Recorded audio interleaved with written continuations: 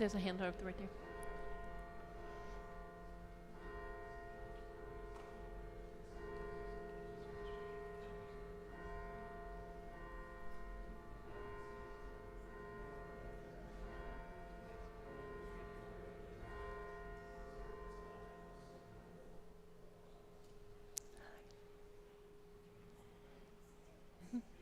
Just there's some handouts here.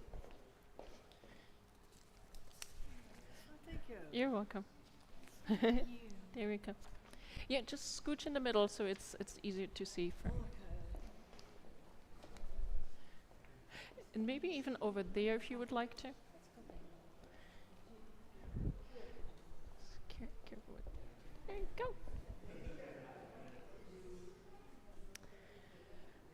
Okay. Good evening and welcome to the Co-Cathedral of St. John the Evangelist. I'm Ulrike McGregor and I'm delighted to see everyone here tonight in person, and I also warmly welcome everyone that joins us on the live stream.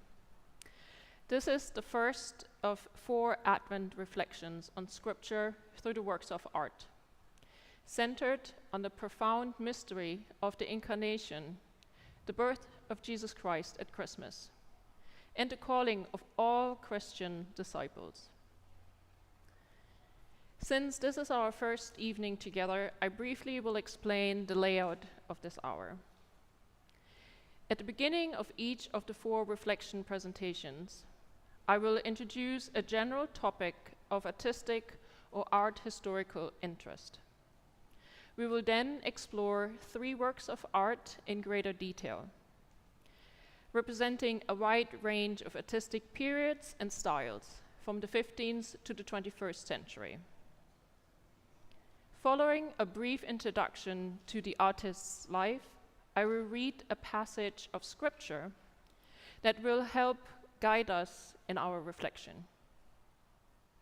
Together we will explore the significance of each artwork for this Advent season. As we move through these pieces, I invite all of you to share your impressions, thoughts, reflections, and questions.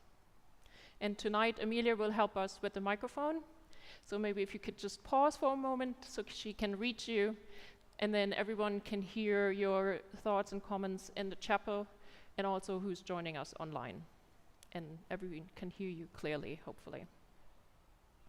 And a handout is available for everyone here in the chapel, and it's also online available as a PDF. With this background, let us now begin with a brief introduction. Advent begins this year on November the 30th, marking the beginning of a new liturgical year. Advent comes from the Latin word adventus, meaning coming or arrival. During the 4 weeks of Advent, we wait with great anticipation for the coming of Jesus Christ, his arrival on Christmas Day. Furthermore, we begin to prepare our hearts and minds for the second coming of Christ, either at our death or when he redeems the whole world. Before stepping into Advent, since we are not quite there yet, I would like to reflect today on 3 feasts we celebrate at the beginning of November. The first is the Solemnity of All Saints on November the 1st. This day honors all saints, both known and unknown, who have attained heaven.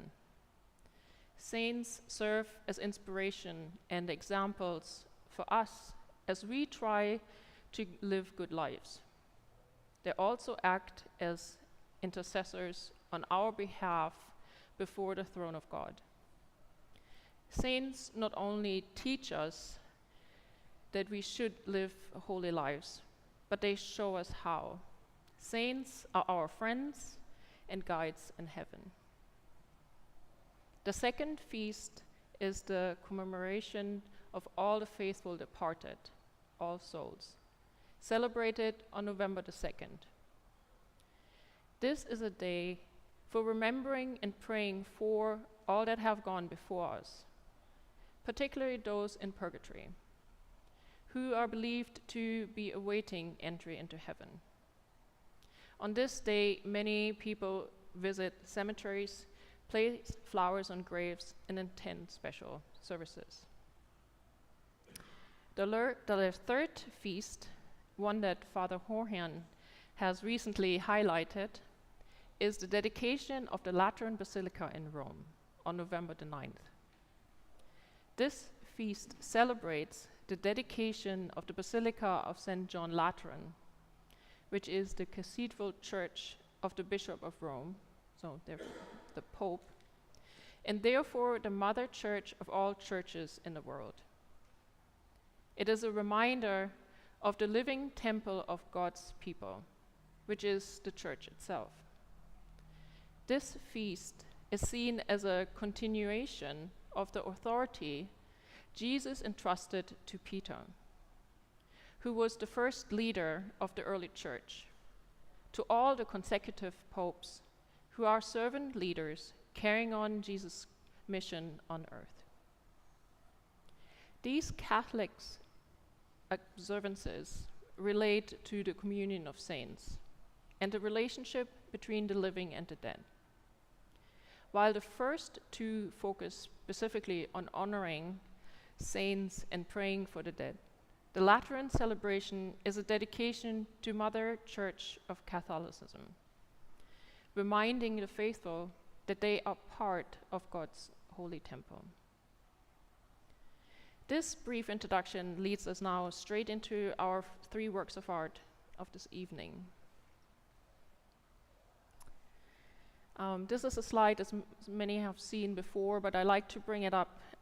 It's a timeline of the different artistic periods in European art, ranging from the 15th century, the beginning of the Renaissance, over here, to contemporary art in the 21st century. This timeline helps us appreciate the historical separation and linked cultural differences that influence the major artistic styles. Our first painting of the evening was created by Fra Angelico between 1423 and 1424, the early era of the Renaissance.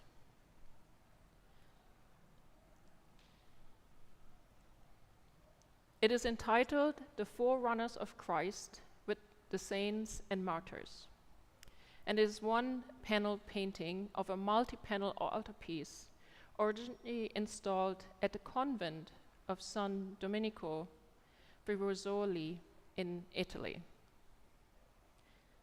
And I will walk you through the layout of the altarpiece to make that so we understand what we're looking at.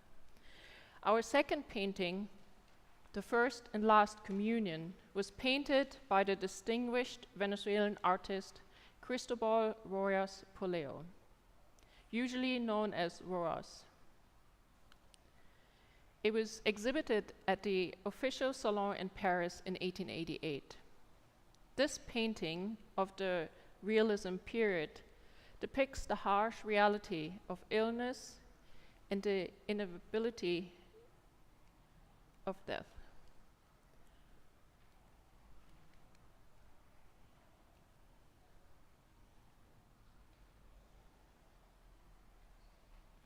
Lost my. Yep.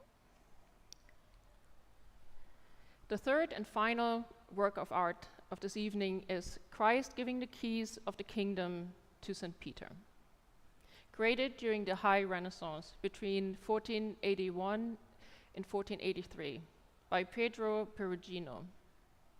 This fresco is located at the north wall of the Sistine Chapel in the Vatican in Rome.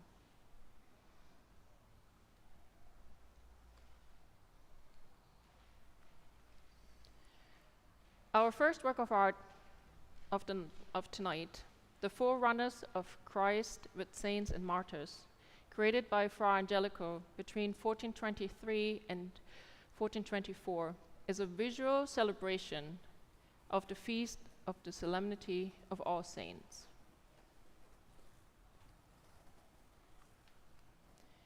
And you can follow along on the handout if that's helpful. Fra Angelico, Italian for angelic brother, so named in reference to his profound spirituality, was one of the principal painters of the early Renaissance in Florence. He is first documented as a painter in 1417, around the time he entered the Dominican friar of San Domenico at Frizzoli as a novice. Frizzoli is a hill town 3 miles away overlooking Florence. He spent much of his life there, eventually rising to the position of prior. Fra Angelico was strongly influenced by the early Renaissance innovators of the 1420s, particularly the sculptor Lorenzo Ghiberti.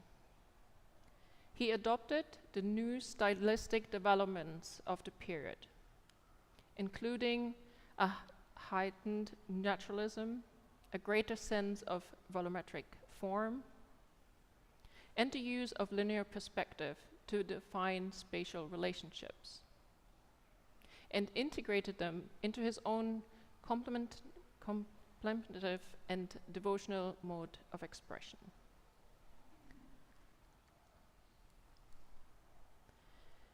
The panel described here forms the predella, or lower register of an altarpiece created for the Church of San Domenico, which was attached to Fra Angelico's own friary.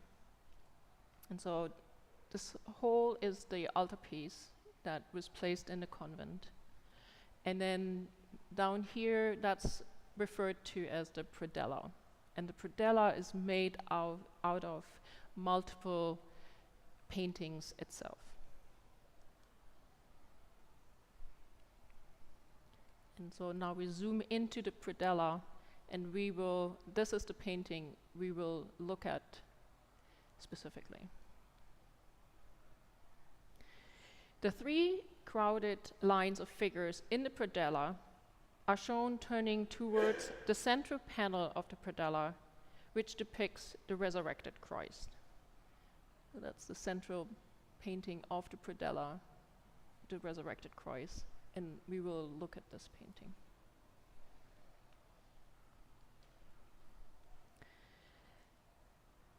The uppermost row represents 21 of Christ's biblical predecessors, figures understood by Christian tradition as foreshadowing or prefiguring him.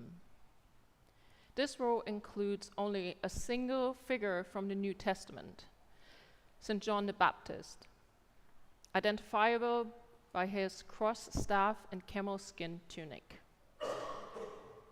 And we will have some fun kind of picking out some individual saints, but that's St. John the Baptist. The middle row consists exclusively of male martyrs. For example, St. Stephen, depicted in green, with a stone resting on his shoulder, referring to his death by stoning. And he's the very first one in the second row. The lowest row is devoted to female martyr saints. For example, St. Thecla, dressed in red, representing the very first female martyr. So she's this one over here. All of the saints bear palms, the traditional symbol of martyrdom. And they might be hard, we talked about it, they might be hard to pick out, but they're all carrying just a slender piece of palm. And I think so, this was painted in 1423, so 600 years ago. Some of maybe the green kind of faded a little bit or got a little bit darker, so it might look darker in some cases.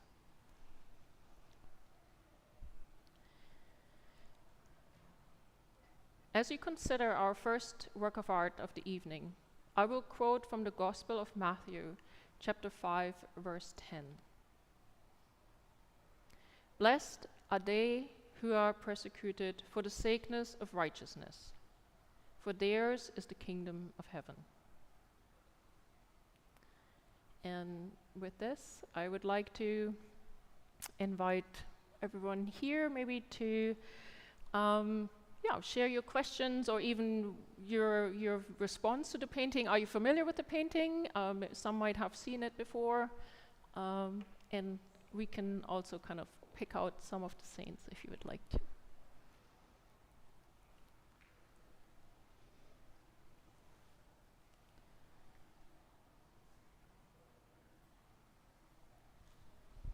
I just have a question about the painting and the amazing variety of colors that were available at that time, and yet how distinct and they are and how unique they are for so many years. And so it's not about, the subject matter, but just the technology. Okay. Yeah. So this is tempera on wood. So in the world of art, certainly at this point, it was mostly tempera that was used. Oil painting was not quite developed. So tempera is you have a pigment from, for example, lapis lazuli, which is a semi-precious stone, and the artist would grind it up, and it would then be mixed with the egg, with the yolk of an egg. So, and there's actually beautiful literature about this, that the artist would make sure they would find the eggs that were laid by hens that were kept inside, so the egg yolk wasn't very dark, so to not change the color too much. So that's just a aside how you make the paint itself, the tempera. And to make, so that was any color you wanted, so they would use different precious stones, or for black it would be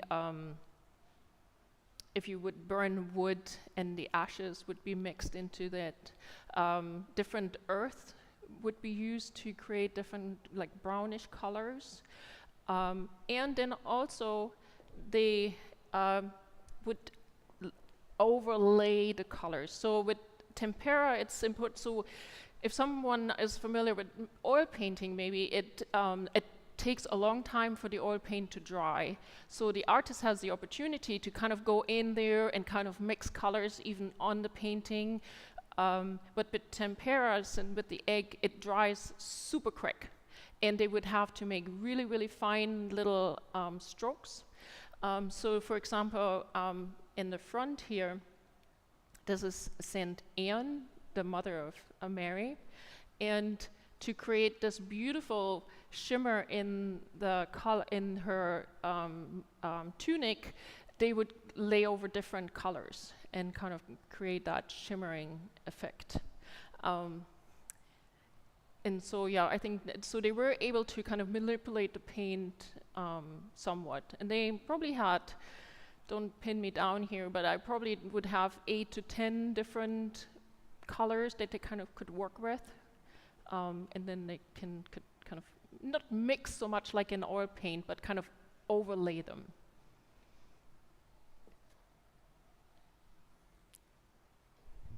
I was fortunate to be at your last talk.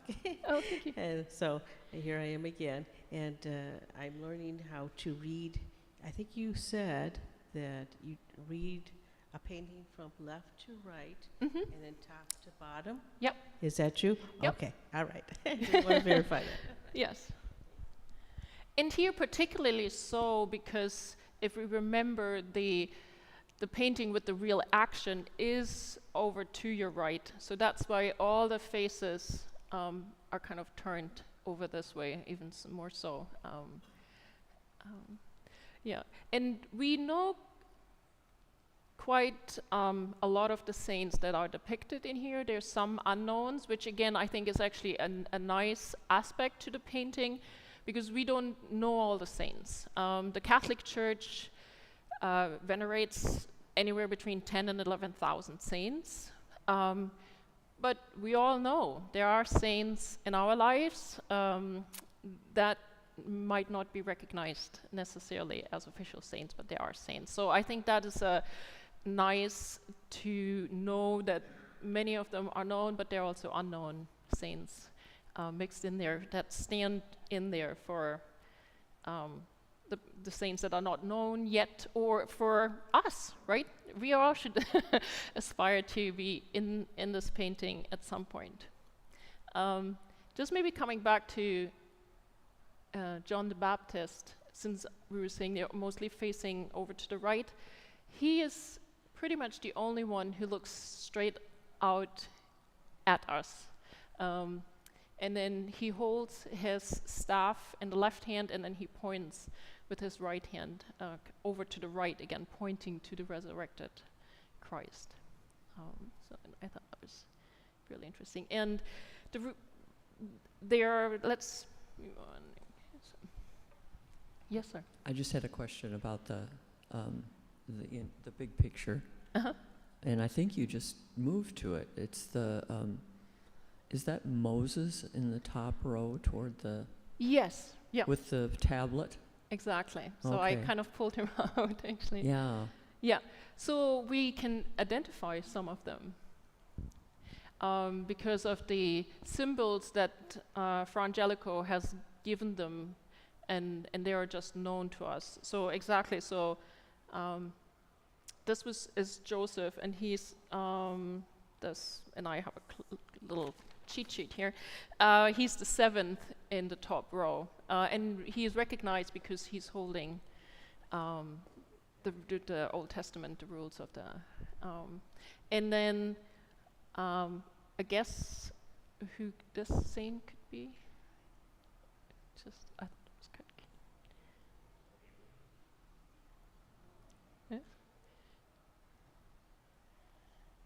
It's Noah. He's holding the ark in the scene. And what I think is really neat, if you look at, what is this? And well, it's a chimney, or I mean, it's a little piece missing for the dove to fly out to report back that the water had receded. So I thought that was really neat. And many of the saints carry little banners, and their names are literally written on them. So it's we have Ezekiel, and because he wears a banner with his name on it, and then we have Jeremiah, so they kind of have, and then just kind of, and to look at the females, so I thought I just picked out 2, I don't know, just a guess. Michael, is he? My guess is the one holding the lamb is Agnes. Yes, yeah. Because she's holding the Lamb of God, so Agnus Dei. And this is Saint Cecilia, and it's kind of, so she was given a crown of roses, and I think once you have seen her, when we then go back to the main picture, you can't unsee her. I think it's really neat because she kind of really sticks out there with her wreath of roses, of the red and white roses. Just for the medical profession, we have in the middle row here with the physician's hats is Saint Cosmas and Damien. And they're holding a little golden urn with some ointments in it, probably. So I thought that was. Okay, I'll ask a question. I'm guessing that Saint Dominic, who's the central figure in black and white, carrying the red book. He's dressed like a Dominican. So where? Is that Saint Dominic? Saint Patron saint of the yes, Dominicans? Yeah, with the blood on the, yes. Fra Angelico was a Dominican. I'm looking at it and I can't find St. Francis up there, so I think there's a little rivalry maybe. because the two Mendicant orders at that time, the dominant ones, and in the universities That's true. and everything, were He's not part of it. the Franciscans and the The Dominicans. But is that Claire on the bottom row, the third from the right, with she has the beads in her hands. the knotted cincture on her habit? Third from the right. The third female on hang the bottom, third from the right. Okay. Yeah. I would have to look at my cheat sheet. It's a Franciscan. That's right. She's a Franciscan Saint Elizabeth of Hungary. This is from the okay. this part of the altarpiece. So the predella is at the National Gallery in London. The main painting of the altarpiece is still at the convent. So they put together this list. I mean, I kind of double-checked some of them, but they suggested it was her. I thought this was interesting as well. This is Saint Christopher. He's not depicted holding Christ, but he kind of pulled up his robe, and you see his bare legs, so he can walk through the river.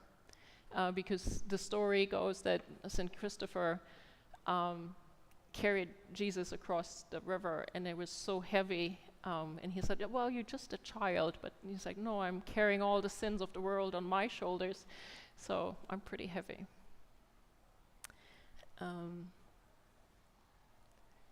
Yeah, so was anyone familiar with the painting? Okay. I thought it's just, when I think of All Saints' Day, this kind of comes to my mind. It's such a beautiful representation and collage of all our friends in heaven. And I like to speak about the saints. I'm very grateful that, for example, Michelle and her sister have initiated the All Saints Club once a month at the church, where they present a saint every month. And so again, for us to become familiar with all the saints that are out there, and maybe pick one of our favorites. And maybe with this I will leave you with the question: which saint is your special friend to intercede on your behalf before the throne of God? And yeah, there's much more to say about this, or kind of pick out, and maybe go to the website of the National Gallery in London, and then you can kind of look at all the different saints, and yeah, have a bit fun with it, I think. So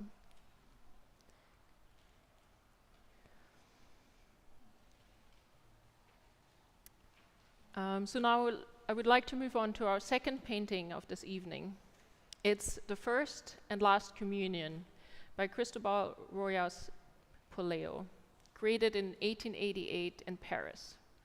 And I have chosen this painting to reflect on All Souls' Day. Cristobal Rojas Poleo was born in Cuba, Venezuela in 1858, and became one of the most significant and distinguished Venezuelan painters of the 19th century. Throughout his career, most of Rojas' work was characterized by realism, but his artistic style ranged from post-romantic to impressionist. Rojas' father was a physician in Cuba in northern Venezuela, and he received his earliest instruction in drawing from his grandfather. His father died when Roya was only 12 years old, forcing him to work in a tobacco factory to help to support his family. He continued, however, to paint, and even managed to take occasional oil painting classes at the Universidad Central de Venezuela. In 1883, the president of Venezuela, Antonio Guzman Blanco, organized a centennial celebration for the birth of Simón Bolívar, the famous liberator of Venezuela. For this event, every artist in the country was invited to participate in the first national art exhibition, Despite his lack of formal artistic or the limited formal artistic training, Royas submitted his first and only nationalist painting, The Death of Girardot. The work earned him a medal and, more importantly, a life-changing scholarship to study and paint in Europe. In early 1884, Royas relocated to Paris, where he created the majority of his oeuvre.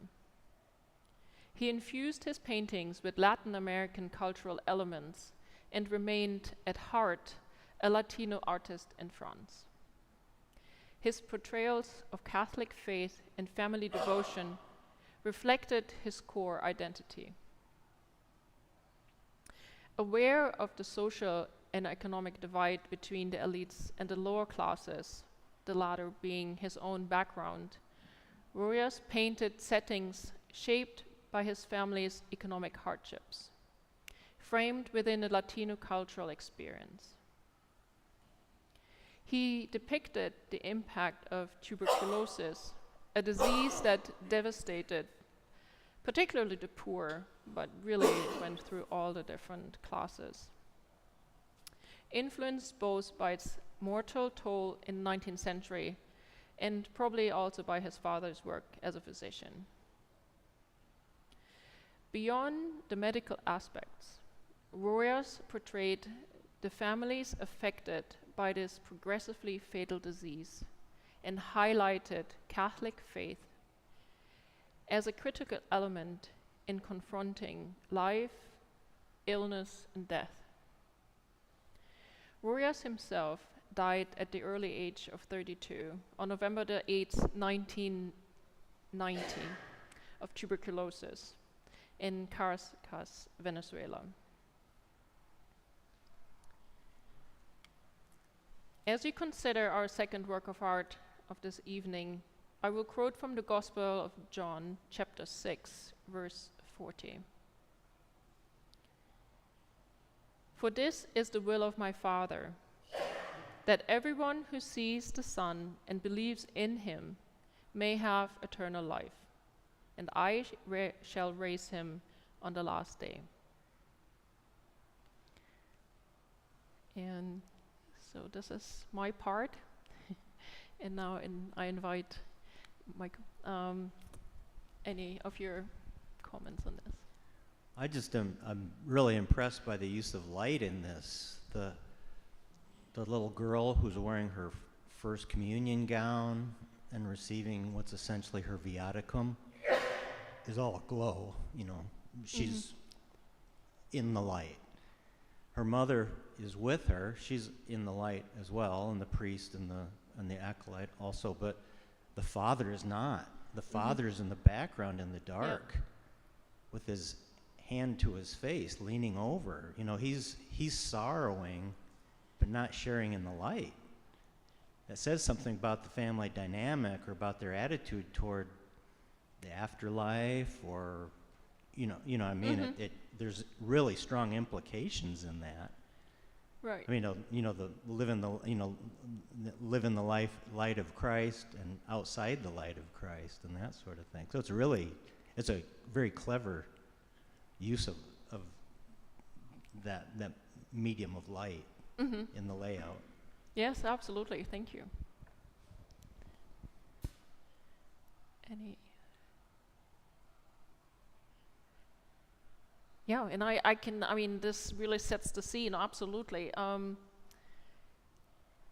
So really focusing on the girl, there's multiple whites in the painting, but her white outshines everything because she just has received Jesus Christ for the first time, and it kind of glows out of her.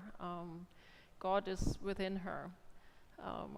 So it's whiter than any of the other whites, because even the priest is wearing the white, and you could beat it to death, but as I look at it too, the little acolyte, the little altar boy, who's innocent, is more lit than the priest is too.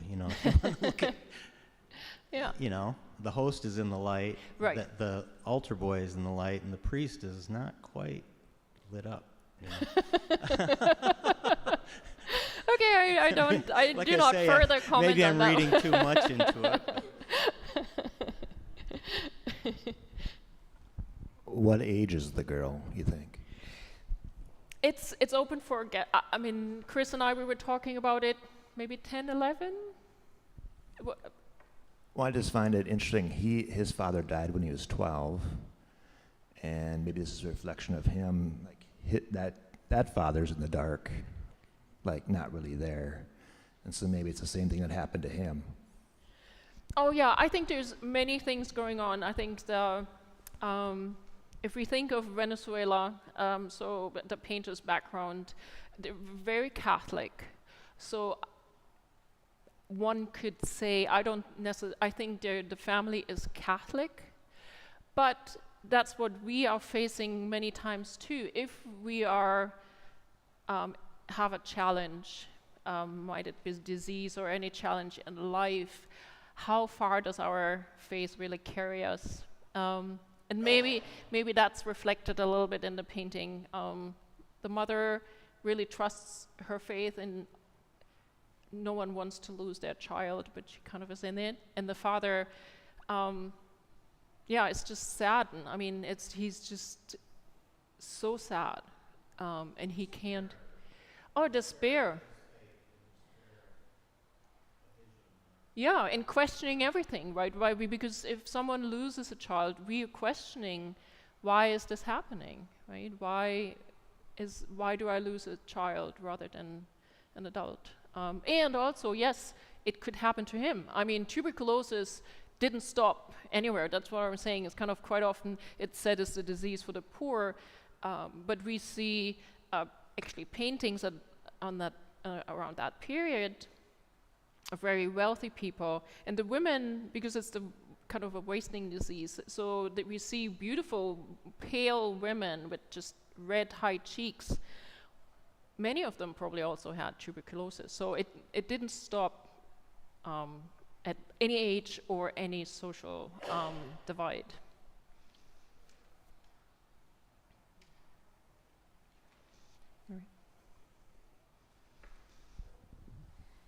The light brings such an element of hope into the darkness, even though it's, speaking of death, it because of the presence of Christ in the picture, that hope is in the light that is so, as you said, so obvious and beautiful. And then there's the candle behind the priest, and it just can't produce any kind of comparative light to what is really coming through otherwise. Yeah. Oh, that's beautiful, yes. Usually you would think a candle lights a room, but I like that. So it's not anything, it can't compete with the light that comes from God.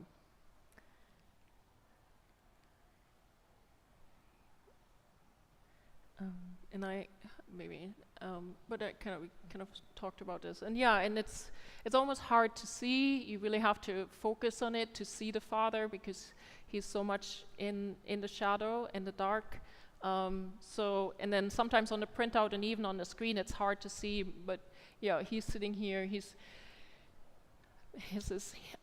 chin is in his hand, and like Michael used the word despair and sadness.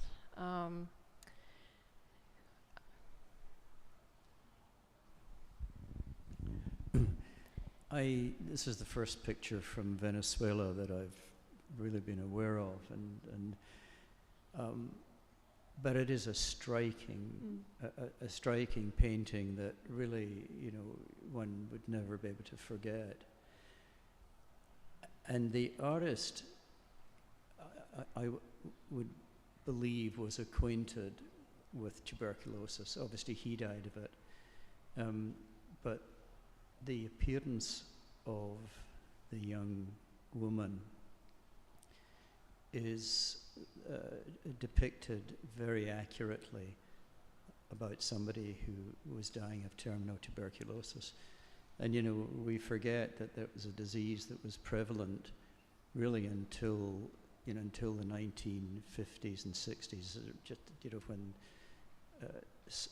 specific antibiotics emerged. But, you know, the mailer flush, she obviously had orbital tuberculosis as well. And it's just painted by someone who knew what this was all about. Hmm.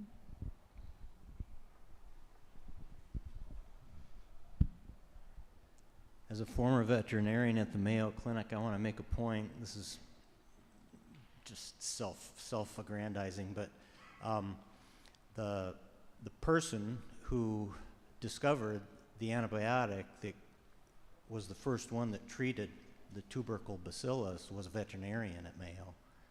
He and a physician paired up and did research using guinea pigs, and they discovered, heaven help me now, I can't remember, streptomycin. Okay. And I have an aunt who's hard of hearing because she had tuberculosis and it recurred. She was first treated by having one lung removed because they didn't have any antibiotics, but later on, when she had a recurrence, they used streptomycin on her, and was partially deaf. Her older sister had died of tuberculosis, Okay. so in our family, that was the miracle drug. You know, what killed Ev. You know, Elsie lived through. You know, so. Mm-hmm. Oh, thank you. Yeah, one thing that kind of I found really interesting, or a couple,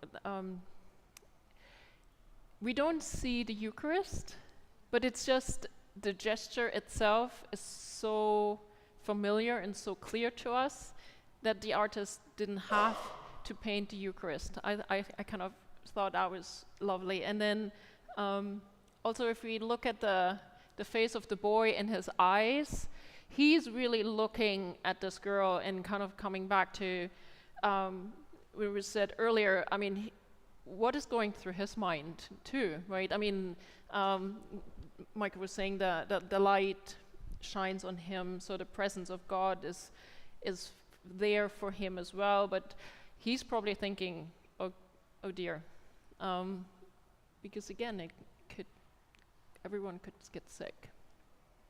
So,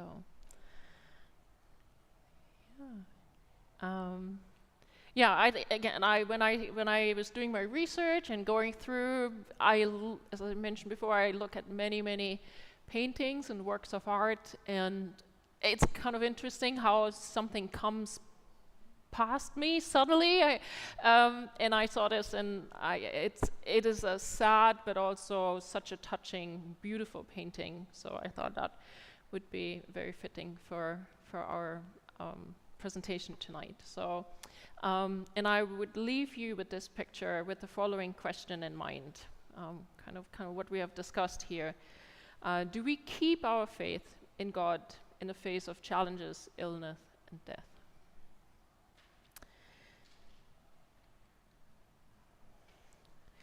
Now it is time to explore our third and last painting of this evening. As I described earlier, the feast of the dedication of the Lateran Basilica in Rome on November 9th reminds us of the continuation of the authority Jesus entrusted to Peter, who was the first leader of the early church, and to all the consecutive popes, who are servant leaders carrying on Christ's mission on earth. The painting is Christ giving the keys of the kingdom to St. Peter. It was created by Perugino between 1481 and 83 in the Sistine Chapel in the Vatican in Rome.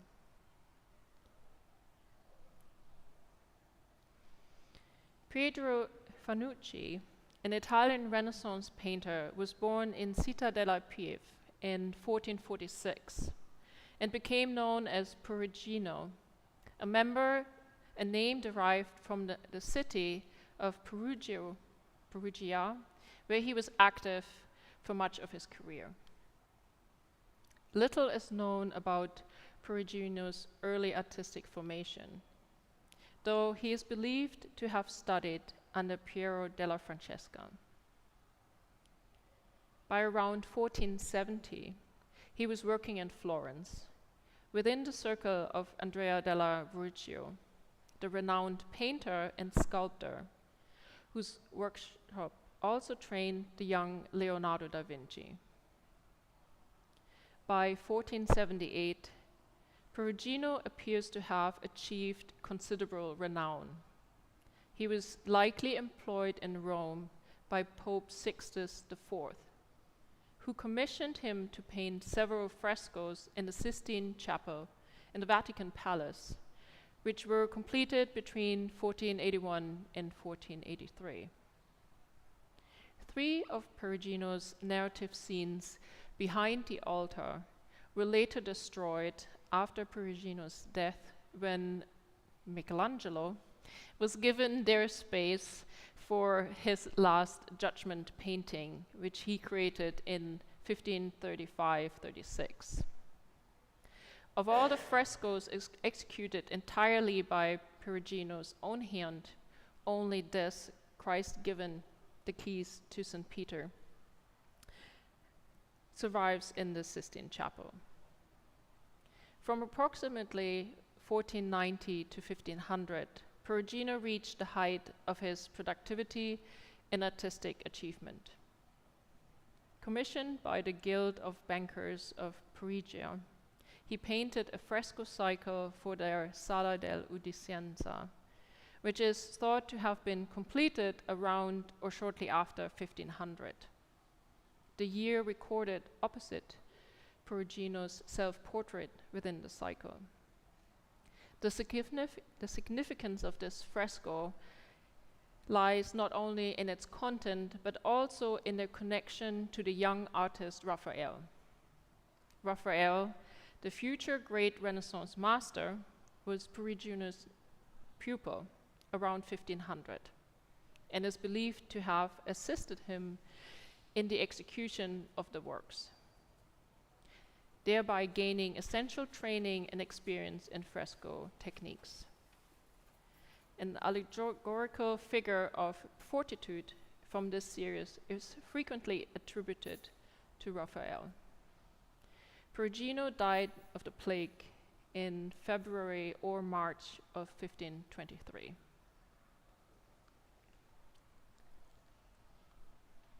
As we consider our last painting of the evening, I will quote from the first letter to the Corinthians, chapter 3, verses 16.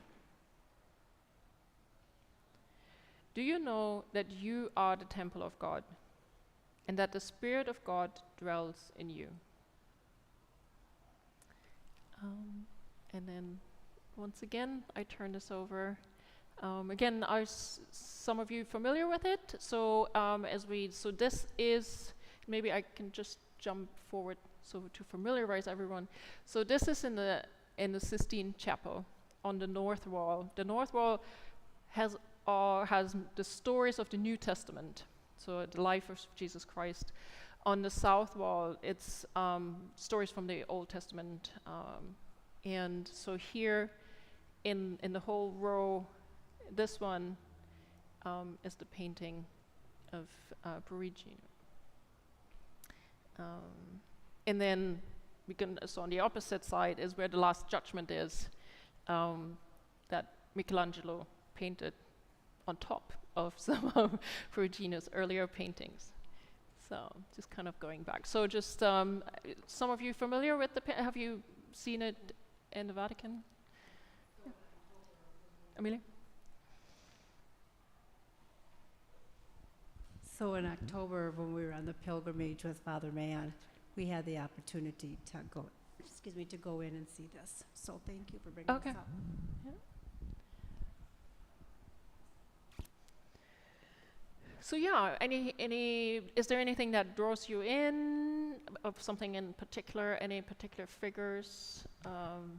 It's a study in perspective with the strong lines and Yes. that's mostly what I see. It's hard to focus on the figures because of all the lines. Uh-huh. And just to kind of help you guys out there. Yes, exactly. So it was kind of the early, kind of high Renaissance, but still they were working on perspective. And so one way to do that is to use orthogonal lines that then kind of meet, it's called the vanishing point. And that, for our eyes, creates a three-dimensionality on a two-dimensional surface. And then we have a horizon line. And also just another method that he used to kind of create this depth on a two-dimensional surface is the atmospheric effect. As we look out, you would think sky, or the sky is always, it's all blue, right? But when we look at it, the further we look into the distance, it kind of becomes hazy and lighter blue. So using that, what we experience when we are outside, translating that into a painting, when you look at this mountain seems to be closer to us and it's darker blue than the next mountain, that just using a lighter blue kind of gives us the impression that it's further away.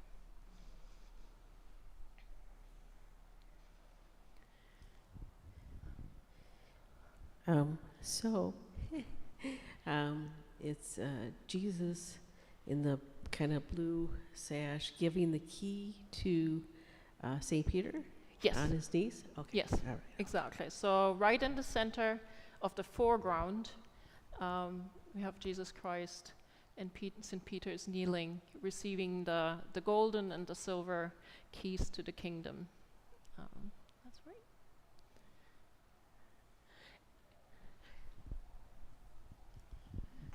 Do you know the significance of the three structures in the background? Mm-hmm. So,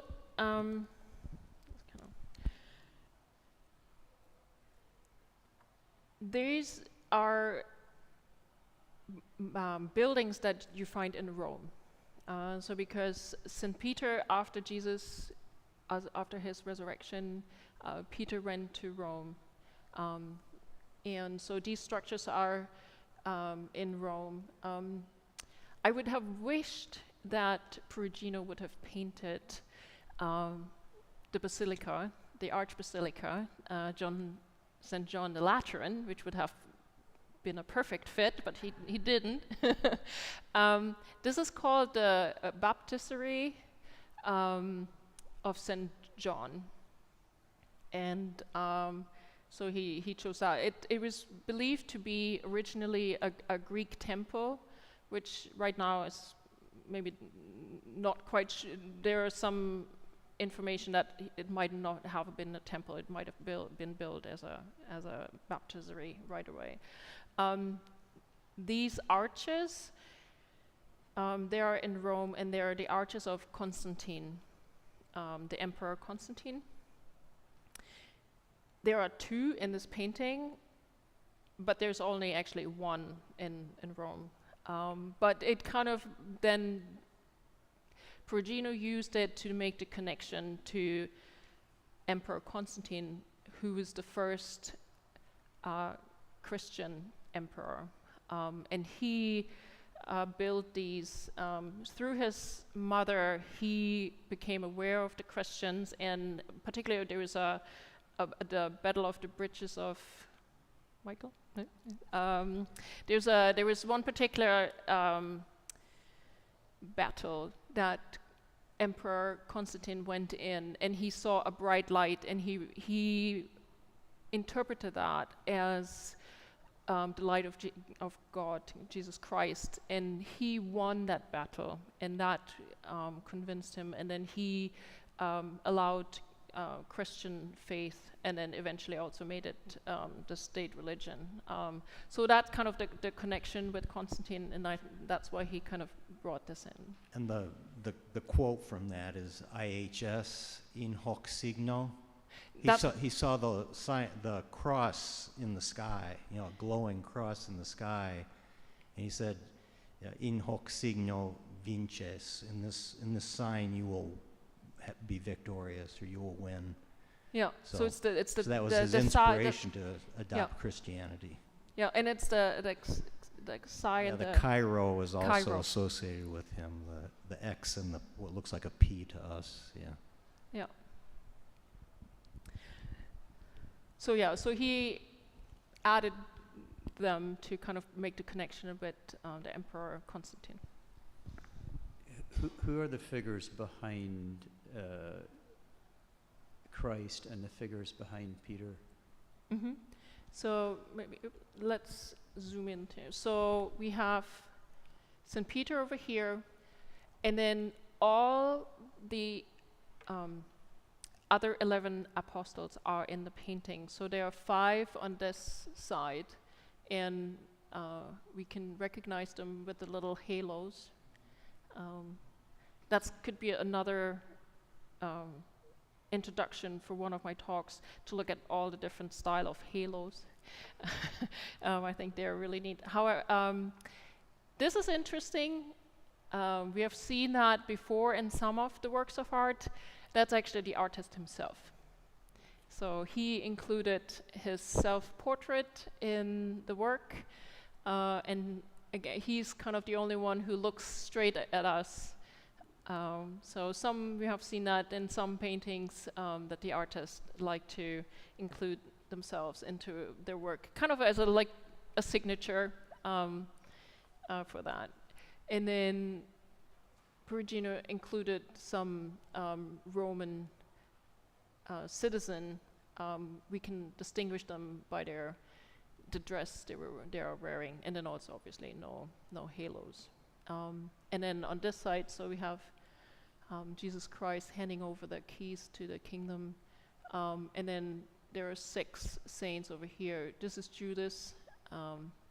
We can recognize him usually. He is usually depicted with slightly darker skin, and more telling, his hand is in the money purse, kind of. Excuse me? Yet he has a halo. Yeah, well.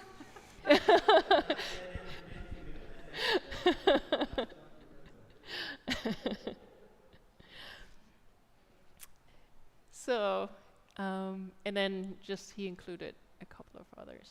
And just, so this is the foreground, and I kind of overlap them. So, but there also we have kind of a middle ground. Again, that's kind of a technique that the artists use to kind of divide the painting into a foreground, middle ground, and background. So we talked about the foreground where Jesus and St. Peter is. We talked about the background where you see the buildings. And then there's in the middle ground. And these are actually also telling 2 stories from the Bible. This is Jesus paying the taxes to the emperor. And this is Jesus being stoned. There's references in the Gospel of Matthew to that. Yeah. So we talked about the buildings, and it's interesting that so he duplicated the Ark of Constantine, even though even the Ark of Constantine is quite interesting by itself. Yeah, so I think our time is up again, and I would like to conclude this evening with the following question.